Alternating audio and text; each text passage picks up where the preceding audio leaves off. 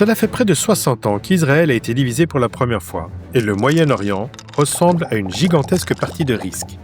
Tout le monde essaie de conquérir tout le monde.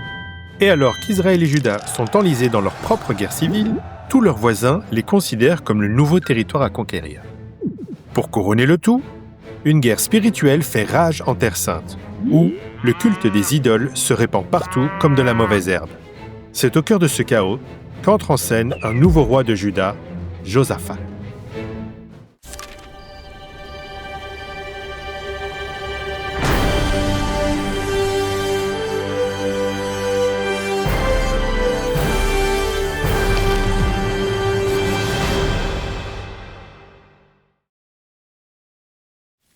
Ce Josaphat est vraiment un type très cool. À l'instar de son père, le roi Asa, il s'efforce d'éradiquer l'idolâtrie de Juda. Il conclut également une alliance avec Achab, oui, ce fameux Achab, le roi d'Israël, afin d'apaiser les tensions entre les deux pays. Tiens, maintenant qu'on est amis, ça te dirait de faire équipe contre Ramoth-Gilead ? Cette région faisait autrefois partie d'Israël, mais elle a été récemment conquise par l'Assyrie. Le problème, c'est que le prophète Michée a prévenu que l'invasion de Ramoth-Gilead était une mauvaise idée. Mais Achab ne fait les choses qu'à sa manière et ne supporte pas l'idée que Dieu lui dise quoi faire. Et ainsi, lorsque l'attaque tourne au désastre, Josaphat a la vie sauve car il implore le Seigneur de le sauver.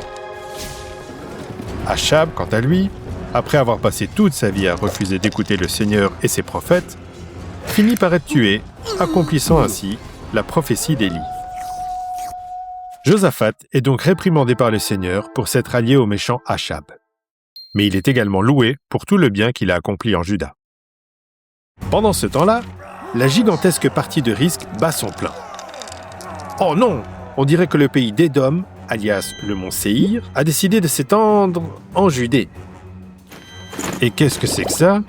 Ammon et Moab se sont alliés et marchent ensemble sur la Judée. Tout ça en même temps. 3 armées contre une seule. Bon sang de bonsoir! Juda n'a aucune chance. Mais au lieu de céder à la panique ou de se souvenir soudain d'un rendez-vous urgent chez le dentiste, Josaphat appelle tout le monde à jeûner et prier et à se rassembler au temple. « Ô Seigneur, Dieu des cieux, tu règnes sur tous les royaumes, sur toutes les nations. Personne ne peut te résister. Tu as donné ce pays à Abraham et à nous, ses descendants. Nous avons vécu ici et construit ce temple qui porte ton nom. Mais aujourd'hui, ces immenses armées viennent pour nous chasser. Nous n'avons pas la force de faire face, et nous ne savons pas quoi faire. Mais nos yeux sont tournés vers toi.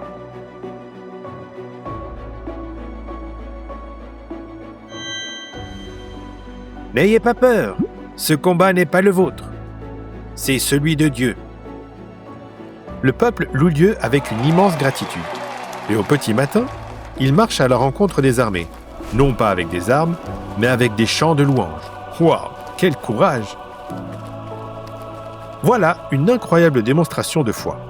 Il peut être tellement difficile de tout remettre entre les mains de Dieu, même lorsque la mort n'est pas en jeu.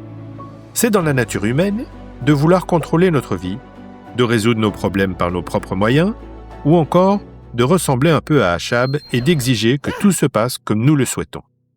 Et oui, il arrive parfois que Dieu nous demande d'agir par nous-mêmes. Mais en d'autres moments, nous devons nous entraîner à lâcher prise sur tout ce que nous craignons de perdre et devenir des maîtres Jedi dans l'art de nous soumettre à la volonté de Dieu. C'est exactement ce que font Josaphat et le peuple de Juda, et Dieu les délivre. Qu'est-ce que vous faites? C'est notre nouveau territoire. Ah non, c'est nous qui l'avons revendiqué en premier.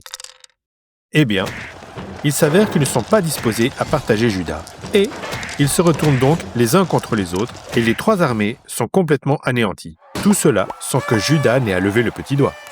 Et lorsque leurs autres voisins apprennent cette invasion qui a mal tourné, Juda ne semble soudain plus être un territoire aussi convoité.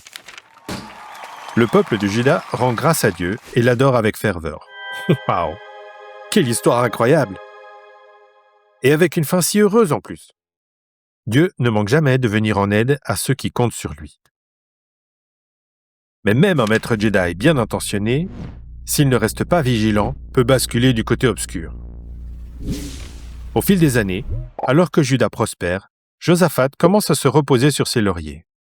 Il ne poursuit plus la lutte contre les idoles, et les lieux de culte idolâtres recommencent à fleurir dans tout Juda.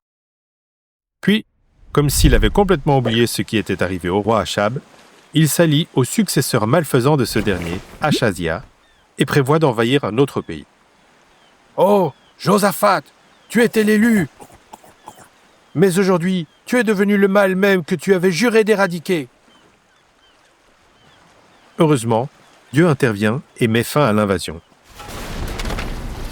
Et, plus de 100 ans plus tard, un autre roi de Juda, Ézéchias, parvient enfin à éradiquer complètement le culte des idoles. Pour découvrir la suite de l'incroyable histoire d'Ézéchias, retournez écouter l'épisode intitulé « Israël se sépare ».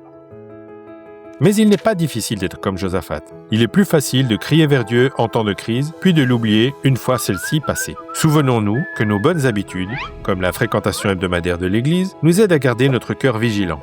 Nous devons continuer à arracher les mauvaises herbes de l'orgueil de notre cœur, nous souvenir sans cesse de Jésus-Christ et revêtir l'armure de la foi.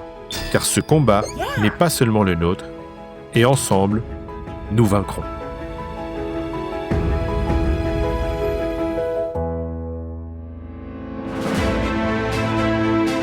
We hope you enjoyed this presentation.